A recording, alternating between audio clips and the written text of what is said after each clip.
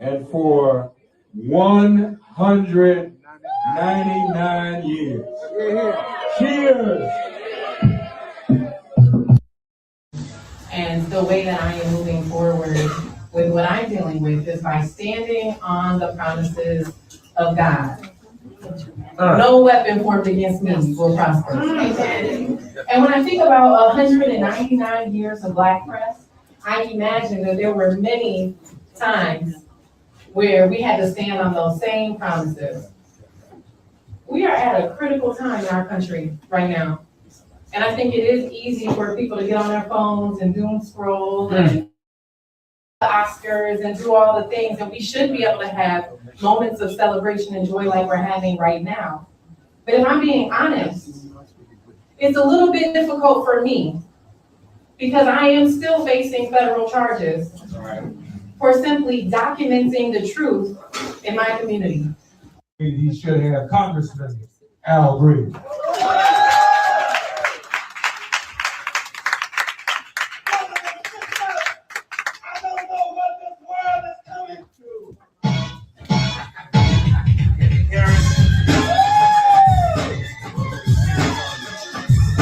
And I proudly represent New Jersey's 10th Congressional District. I stand on some huge shoulders of Donald Payne Sr. and Donald Payne Jr., who held this seat in my district for over 34 years. So I'm the first Black woman to represent in this seat, but also the youngest member from New Jersey's delegation to represent New Jersey. And so it's an honor. I want to thank the Black press. I want to thank all of you for being here today, for seeing it fit to honor us tonight. Many people who do not know my story, last May, I showed up to a detention center to do my job. Not the job that I was appointed to do, but the job that I was elected to do by the people of New Jersey's 10th. And I showed up to do an oversight visit and was met with a lot of terror.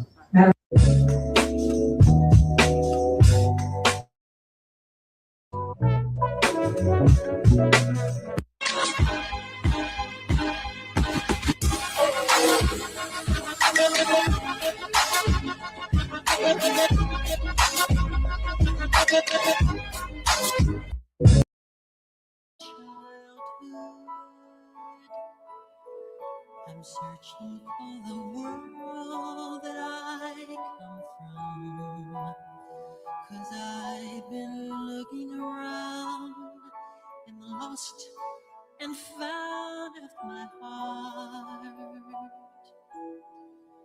No one understands me.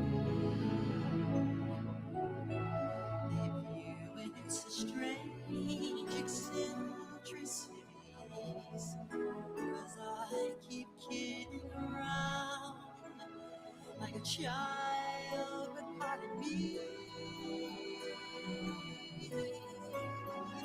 Welcome back in. You're locked in with Jill Munroe on KBLA Talk 1580.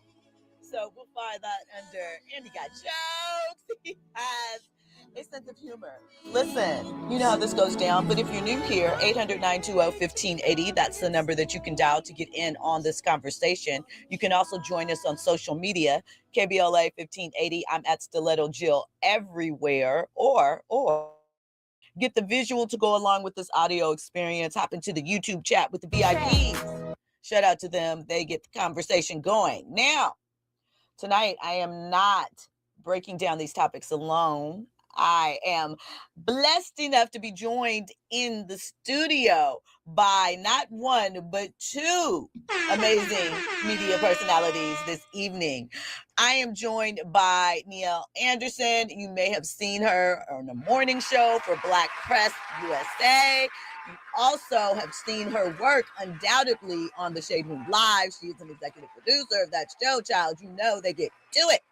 And we are joined by Nick Hamilton of Nightcast Media, Mr. Red Carpet Extraordinaire. Oh, wait, I'm sorry. Let me move back for a second. Let me not forget that Niele is a newly crowned director. She just had her first film launched in the Pan-African Film Festival a couple of weeks ago. We're going to get some details from her about that.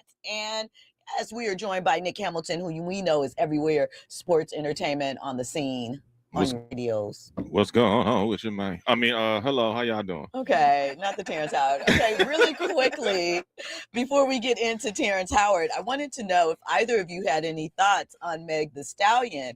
Can she comment like everybody else and joke and play on social media with things that surround, gunplay?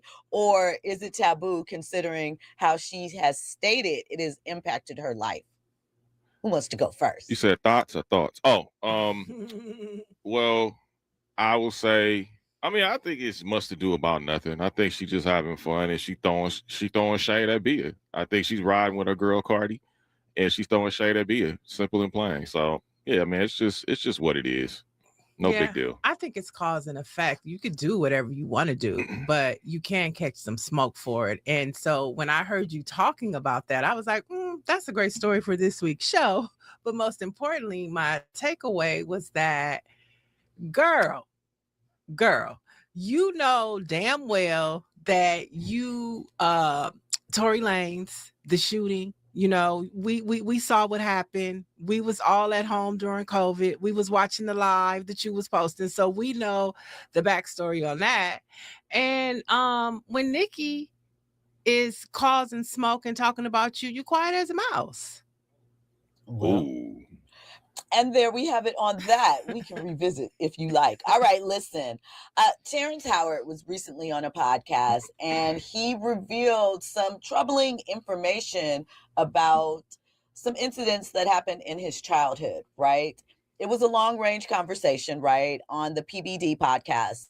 And the part of the conversation right now that has people stunned is where Howard said he began having sex at the age of 4 with older children. Older, not teens, not preteens. He said older, like if he was 4, they were 6 or something like that. So within the same age range, in theory, right? He framed it as a childhood experience that later shaped his spiritual life, his sexuality, and how protective he became as a father. But of course, the reaction online has been less about his spiritual journey and more about the reality of what he described and what that means. Even adults and survivors sometimes use different language. And would you consider this something that falls under sexual abuse? Because it's between children of the same age, in theory, playing. It's a conversation. And lastly, before we listen to the clip, I'm loading you guys up. You're going to be ready to go. Lastly, would this conversation be different if it was a female celebrity opening the door for this? So let's listen to Terrence, what Terrence had to say, and then we'll hear from our guests. What was the first time you had a sexual encounter with a girl? I was 4. That was different. I was 4. It was the older girls that were watching me, and they were like 6 and 7. And so that changed. Did you say 4 years old? 4 years old. With 6 and 7-year-old girls? Yeah. And we did that every day until I was like 13. Had more sex then than I've had in my adult life. So my expectation for interaction was always those things. I'm still confused. You said 4 years old? 4 years old. And they were 6 or 7? 6 and 7. Were they Muslims? No. This is because I'm thinking your father with. Yeah, my father wouldn't have known, but when you're not supervised. And you guys are just fooling around. We're just fooling. We played hide and go get. Pants up, pants down. That was my experience. And I'm like, I look at my sons 8 and 9 now.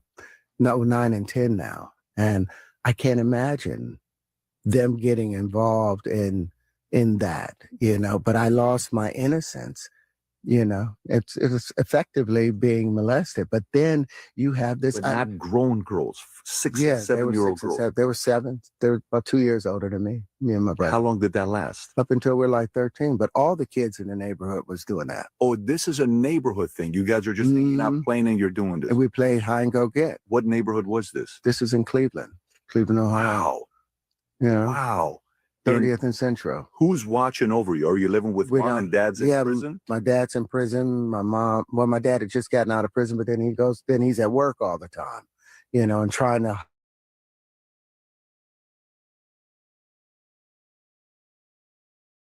No, it felt like it was wrong. but I didn't know Mom never that it felt was Parents wrong. never- No, I wish they did. I wish they did. I wish I had never done that. I would probably have been a completely different person, but it gave me an skewed view of interaction. I kept thinking that, everybody was promiscuous like that. So by the time I get 16, 17, I've done enough to where I'm starting now, the spiritual side of me is starting to show up, All right. but then All I right. slipped back. We get the idea. So there was a lot in that clip. I saw both of you, have reactions to what was happening. It's International Women's Month, right? So, ladies first, we're gonna start off with Miss Anderson here. What were your thoughts on that clip and what he had to say? I mean, it sounds similar to my childhood. I mean, that happened when we grew up. I mean, I don't know about you, but before he Definitely said played it, hide and go get it. yeah, Right. hide and go get it. House. I mean, I can remember walking home from school and being chased by boys and them tackling me to hump me, and me Or trying fighting. to touch your booty or Yeah, stuff and like that. fighting them off. I remember going to my neighbor's house, and I might have been 6 or 7, and they were 13 and 14, and put me on their laps, and bouncing up and down. But then you feel something. Ooh. I mean, he's triggering my childhood, but I mean, I think it happened to especially when you drunk water out the water hose. It's not happening to the little kids today because they don't play outside. Something else is going on. But I think for people our age, Gen X, I think people would be surprised to hear how many children have those type of stories. Yeah, when I first heard this about Terrence, I was like, it sounded suspect. Only because my man lost me when he said 1 + 1 = 1. I was like, okay, dude, come on. Like you on some acid trip or something. But when he started really breaking down and describing his experience, I'm like, dude, that was childhood in the 80s and the 90s. Like, right, 100%. I mean, Ahmad has a song and back in the day that says boys playing with the girls playing hide go get it. I mean, the Dog Pound had a song called Let's Play House. Yeah. So I mean, that was what we experienced. Right. And now I think it would probably be a lot more taken more sensitively if it were like a 13 or 14-year-old Like messing with a me. 4-year-old. That's a little, now we're kind of, our awareness is heightened now. Like, whoa, wait a minute. Like, how are you going to mess with a little bitty kid and you a teenager? Like, now it starts to get in some realms that we need to start really unpacking and really getting down to. But I mean, it's unfortunate if that's his experience. I'm not here to knock his experience, but at the time, it's kind of like, bro, are you doing this for attention or are you doing this for awareness? Like, that's Gen X childhood. what was your purpose of even going that deep into this? That was my question, right? And again, I'm not knocking his experiences, but we all know Terrence Howard looks for attention a lot of times. He's an attention, you know what? So that's where I'm at with it. I mean, but the interesting thing that it brings up is I hear a lot in this generation how people are like, "Ooh, no sleepovers ever," and things like that. I don't know that was something for me growing up that I heard. Like, it wasn't a big deal. People had sleepovers. Now, of course there were rules or whatever, and maybe you couldn't go sleepover if your parents felt like, oh, she has brothers. I don't know if that's a good situation or things like that. But the games, to him, he is saying he literally had sex, which I don't know how you could do it for, but do you consider they were humping? I mean, they was dry humping. Right. I mean, we know. I mean, but do you consider that he said it changed his perspective going forward, being older, and he feels like he was almost molested? Do you find when it's children playing in situations like that, do you think that it holds the same trauma as if, say, the example that you gave, Niele, where it's an older kid that we know? Right. And I wasn't like, no, 4. I know. I was more like 8 or 9, and they were like 13, 14. But I remember, something felt a little odd, but that's why my grandparents told me, don't go in their house. You stay outside or you stay in the backyard. And then I snuck in the den and I found out why. They said, don't you go in the house. Right. But see, like she said, that's different. She was 8 years old with a 13, 14-year-old. Like I said earlier, that's a lot different than you being 4 years old. First of all, you trying to figure out how to urinate on your own and not pee all over the seat. So I think when you look at what is being said, maybe somebody talked to him, later on in his life and made him realize like, oh, let me dial back and see why am I getting these urges, right? Maybe he went through therapy. I don't know, right? But something triggered that particular memory for him to think like, oh, I was 4 years old. And I'm like, right. I don't even think I remember 4 that clearly. I remember playing in the street, like getting in trouble for playing in the street. Yeah, I don't remember 4 that clearly, but come on, man. It's just like, if you were from Gen X, I'm just sorry, those types of things happened. And 4, I remember in preschool, that was 5. In preschool, somebody taking me in the bathroom and humping on me. Yeah. I remember little things like that. So, but I think what I wanted to say was, I think it also depends on the upbringing. There are a lot of kids that age that may be hypersexual, but because there's something else going on in the household, right? But if you're just a kid and you're playing with your peers a year or two, they're experimenting that you don't know what they've seen. Do you think, and I'm asking you this, Nick, as a man, do you think because he is a man, people aren't taking it as seriously? Could there be, because even in his story that he's sharing, there's probably some aspect of it that is being held back, because the other side of that is kids are just playing, but they're exposed to things that they are then going back and reenacting. Right. So obviously we don't know what they were getting into or to what degree, but do you think that because he is a man, that people aren't taking him seriously partially because of that? I think it's the source of the story. I don't think it has a whole lot to do with a gender. I think you may be a little bit more sensitive if it were a young girl, a 4-year-old, 5-year-old girl versus a 5 or 6-year-old little boy. But I think overall, I think it's the source. And it's like I said earlier, Terrence is an attention. So he's going to, and I'm not saying the man is lying, but you can bloviate the story a little bit more so it can sound sensational. And that's all I'm saying. But then, like I said, when we were young, we was 9 and 10 years old. One of the homies went into his dad's collection for a porno. That was the first time I seen a porno. You know what I mean? We were sitting there laughing at it because we didn't know what to really look at. We just laughing, right? And listening to the noises and stuff. Right. So maybe those kids that was 6 and 7, maybe they busted in on their parents doing something, and they trying to emulate what they see. TV. Remember back then, TV, the sex scenes, or you watch the soap opera and they're in bed and they kiss and the noises and stuff. Like, we still laugh at that in the neighborhood. We thought it was funny. We didn't try it, you know what I'm saying? But we thought it was funny. See what's going on. Yeah, we make noises in class and stuff, but we weren't trying that. We just thought it was funny. But some of the boys. Yeah, I wasn't. I'm gonna be very, very clear in that. Was trying that. Listen, when we come forward, we're going to kind of flip this topic on his head, because I think part of it goes directly to the over-sexualization of Black kids. But we're going to flip that when we get on this next topic. Check it out. Stick.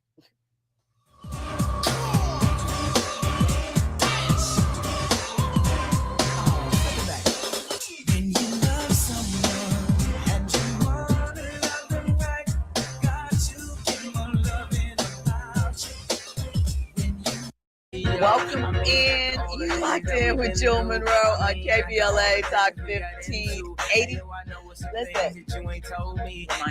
Listen, I'm joined today by Nick Hamilton of Nightcast Media and Niele Anderson of Black Press USA, their morning show, and TSR Live, the executive producer. So listen. And we're all saying, unlike Kanye.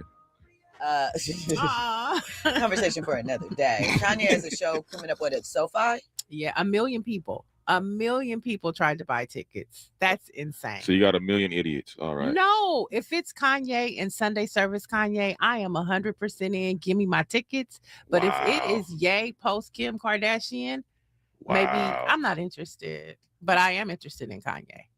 Yeah, I lost Kanye when he started talking about Black people and slavery. I was done. We'll see. We'll see what happens. There's no coming back from that. I'm sorry. I can separate the art from the music. Mm-mm. I can do it. Not happening. All right, look. I ain't taking no money for no white supremacists. I'm listening to R. Kelly. Okay. I'm watching the Cosby Show, and I'll listen Bill to Cosby. Oh, goodness. Here we go. Aura. Well, speaking of Bill Cosby, hard pivot, but not. Happy birthday, Jasmine Guy. Heart. Shout out to Yay, Jasmine. yes. Yo, I remember. I forgot she was in the Temptations video, the Tupac video. Yeah. She was with Bill Bellamy. Yep. I forgot about that. That's when she was bad. She was in her prime. Yeah. Woo. Well, I can't wait to see her on the Different World reboot. I I'm know, looking forward all to of that. them. Yeah, that's going to be amazing. All right, so listen, Melyssa Ford, she's not the first, but we're going to expand. This is kind of a broad topic, starting with the fine point. So Melyssa Ford has the internet debating whether luxury without emotional safety is really a flex, right? There's a clip of Melyssa on Shan Budaram's podcast, and they're discussing dating, specifically dating wealthy men. And Melyssa shares that she feels it's overrated and hollow. She says that these men did a number of things for her, but she doesn't feel that she ever really had an intimate connection. So we're going to listen to what she had to say, and then we're going to get into some other things related. Looking for a financially stable partner is the best bet. Do you feel a sense of disillusionment from it? Or what would you say in response to people who look at that and say, oh, I aspire to that? I don't know if I've really had an intimate relationship with a man in my entire life.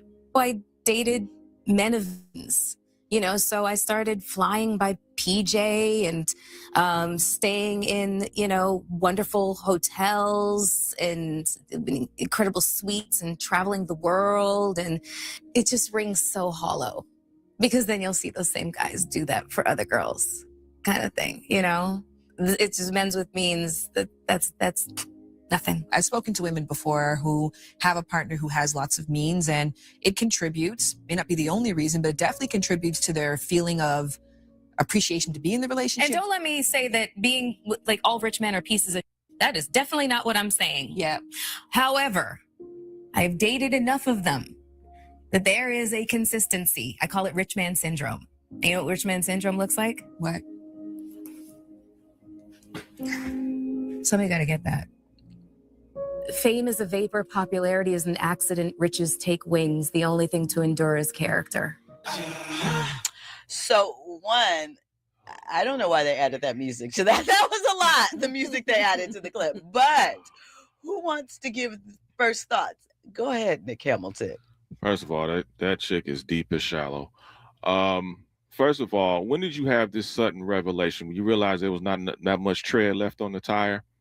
Because all of a sudden, now you want to have this revelation because you're getting older and you realize options have decreased significantly because you're not a high stock on the stock exchange any longer. And so you could have had an intimate connection because I'm sure there were some brothers out there that had their stuff together, may not have the millions of dollars, but they had enough that were going to treat you like the woman that you desire to be treated like, but yet you opted out for the money. And now you want people to feel for you because now all of a sudden you come to this sudden revelation because your options are running drier than the Arizona desert in the summertime. And so now we're supposed to believe that you're just coming full circle. No, get the hell out of here. Ain't nobody going for that. You knew exactly what you wanted, how you wanted it, and now you've made your bed, so now you have to lie in it. So good luck on choosing somebody that's going to be for you now all of a sudden that you probably bypass the people that were supposed to be in your life. I'm done. See, I didn't hear that. I heard a woman that, and Melyssa's still a baddie. She's still a baddie. And so when Melyssa was in her prime, that's what she had access to. And as she has gotten older, she realizes that that's not really what she was looking for. And I think that that's what young women have. Like, if you look at all these young girls now, they're not thinking about tomorrow. They're thinking about today. and me getting the bag, me getting the clothing, that's just nature of your youthfulness and having men want you for what you look like. As you get older and you realize things, you realize that's not what I want. That's not what I want. And I feel like she's entitled to say that.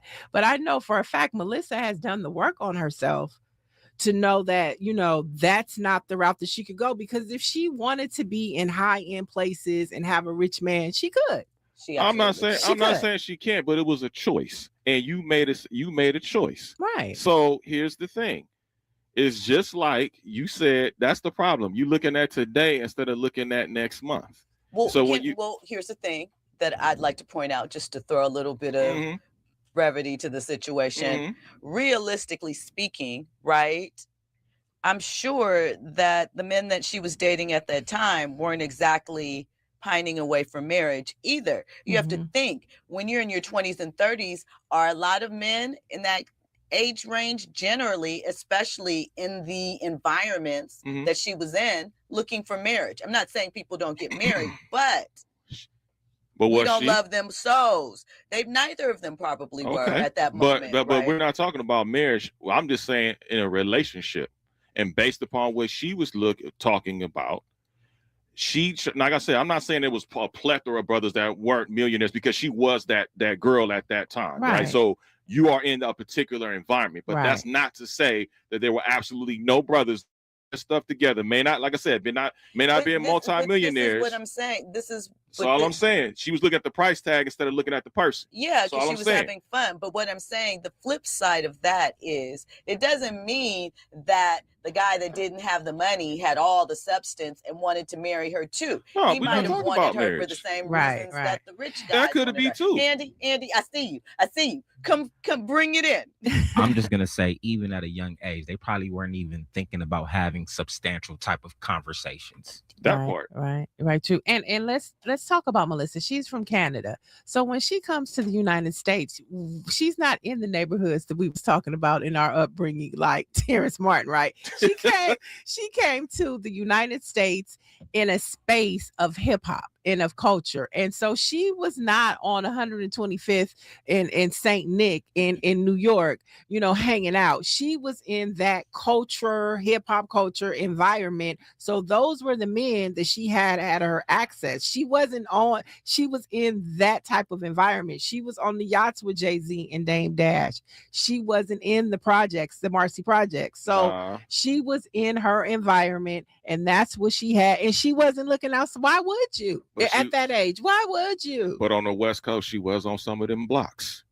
I can tell you some people. That but who was she on the blocks with? I'm not gonna come on now. I'm joking. Can't do it. Can't do it. You know better. You can't be giving what people tell you. Can't give up the sword. But my point is, she was in the culture. She wasn't just like Krishan going to the projects and getting. No, I'm not saying that. But like I said, everything is a choice, and what you choose to be a part of. And like I said, she was on them blocks on the West Coast with some cats that wasn't always in front of the camera. Let's put it that way.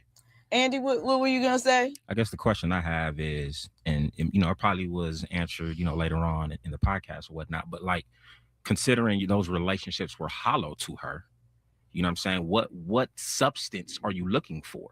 Currently? I mean, I think she, as Niele mentioned, she is more spiritually grounded. She's probably looking for someone. She said she didn't have intimacy, so someone that she can connect with. Right. What does that look like? I mean, what does it look like for her? We'd have to ask her. It could look different for we got two ladies here in the building. I'm not speaking for her. No, I'm not. I can't speak for her because what it looks like for her might not be what it looks like for either one of us. I'm gonna be clear. Finances are a part of the equation for me. Don't think that you can get your budget off of me. I'm so sorry. I'm just saying that I do think that. Now, is it everything? No. But is it part of the equation? Yeah. Hell yeah. It should be. And I think that, for me, and I think for any woman now, like a Gen Xer, we're more seasoned. We're looking for partnership. We're looking we're not looking for 50-50. We're looking sometimes for 80-20, 60-40, 10-90.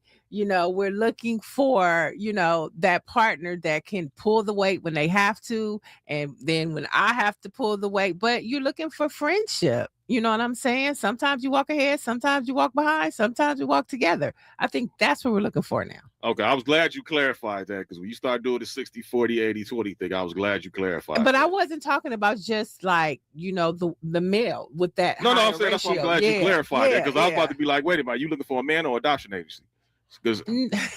So I'm glad you clarified that. Okay, listen. When we come forward, we're going to get into Aisha Diaz. Aisha is a star tender from New York. That's a cute bartender that works in the strip club. Very beautiful woman, used to be in videos, has dated various popular people, one of which being Bow Wow. I'll get into why we're bringing up Bow Wow in this connection in a minute. But Aisha says there's a ticket to date her. Sort of. She's the problem. Sort of. And that price, I promise you can't afford it. Right. 45 to 50K a month. We'll get into those details when we come forward. You're riding with Jill Munroe on KBLA Talk 1580. We ask seniors how to prevent.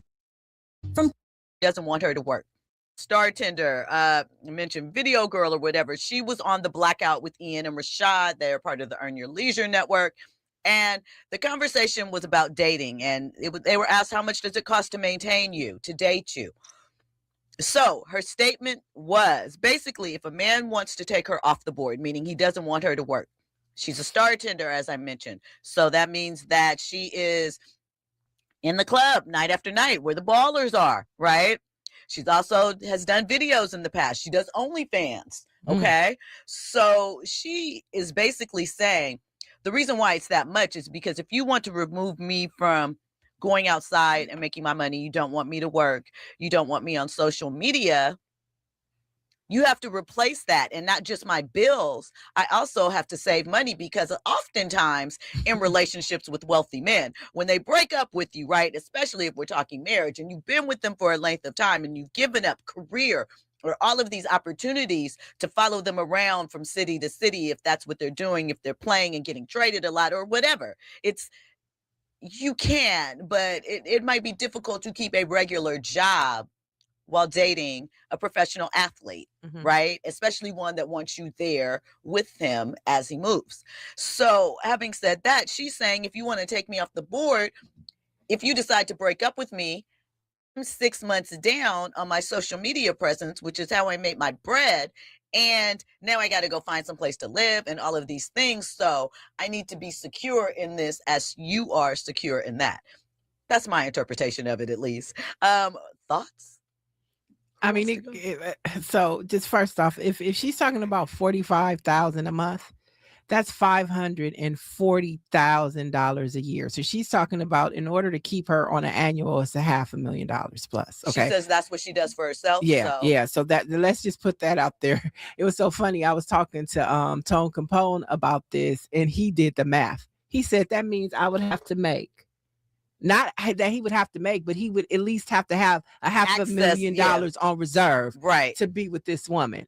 And so I found that interesting to see when a man heard that, he initially started doing the math. Like, can I afford that ticket? Right. Maybe I could afford it for a couple months. I want to ride that ride for 3 or 4 months. Let's see. Either we go into the adoption agency or we gonna get you a W-2, because it sounds like you want to be, I got to claim you on my taxes, because if I'm taking care of a grown ass woman, another adult, another humanoid that's not under the age of 18, I might have to 1099. Then I'm a 1099 you, I'm a W-2 you, or I'm going to get you. We're going to go down to the adoption agency, because apparently you want to be adopted, you want to be taken care of in that way, because you're only looking at the superficial. So you're not looking at anything like we were talking off air about, 50-50, 80-20, and she was saying the male and female roles would switch. She's not talking like that. So basically, you sound like a high-price hooker. A prostitute. And you are a harlot, madam. And that's what you sound like. And that's the way you come across. And that's how people are going to treat you. She is not saying, here's the thing. She said that. She's not saying that that's how much you have to pay to date her, per se. But if you don't want her to work, and there are a lot of men that are famous that don't want their women to work. But here's my thing too. I don't disagree with that, but here's my thing. If it takes me 40 to 50 grand a month because I'm nervous that you might go on Instagram and pick up another dude Wrong or whatever, woman for you. You can have her. You for the streets anyway. So if you a dude and you that thirsty or stupid with either one, and you decide that's what you want to do, then you get whatever's coming to you. And this is why I praise Dakota Prescott, because my man walked away. The woman said, I ain't signed no prenup. He was like, all right, He's bye. talking about Dak Prescott of the Dallas Cowboys. I paid $18,000 a month for the child support. So quick on that. They were engaged. They had their twin bridal groom weekend. Something happened. She refused to sign the prenup. Allegedly, they had this conversation in front of people. And so that he was like, no wedding. See ya. Forrest Harrison in the chat says, real men don't pay women to stay. They pay them to go away. I don't. Now, that is always a thing. That is what is always said. That is why, a lot of these high-priced friends, they're paying for their silence. They're paying for them to get up and leave afterwards and not complain about it. But listen, we got to put a pin in this topic. This has been a lively one. I have to pick this up again sometime. So, as you know, I'll be back here tomorrow, 6 p.m. with more trending topics and headlines. First of all, Niele Anderson, thank you so much for joining. Tell the people where they can find you. Niele LA on Instagram and Niele Anderson on all other social platforms. Nick Hamilton, as always, thank you. Where can the people find you? At Nightcast Media on Instagram, TikTok, and Twitter. And here's the word to the wise. Those aren't women you pay to leave. Those are people you find on Fig. Listen, Nick Hamilton is always going to have something for you. All right, you guys, back here tomorrow, 6 p.m. Coming up next for some more heat. He has this type of stuff on Life Advice.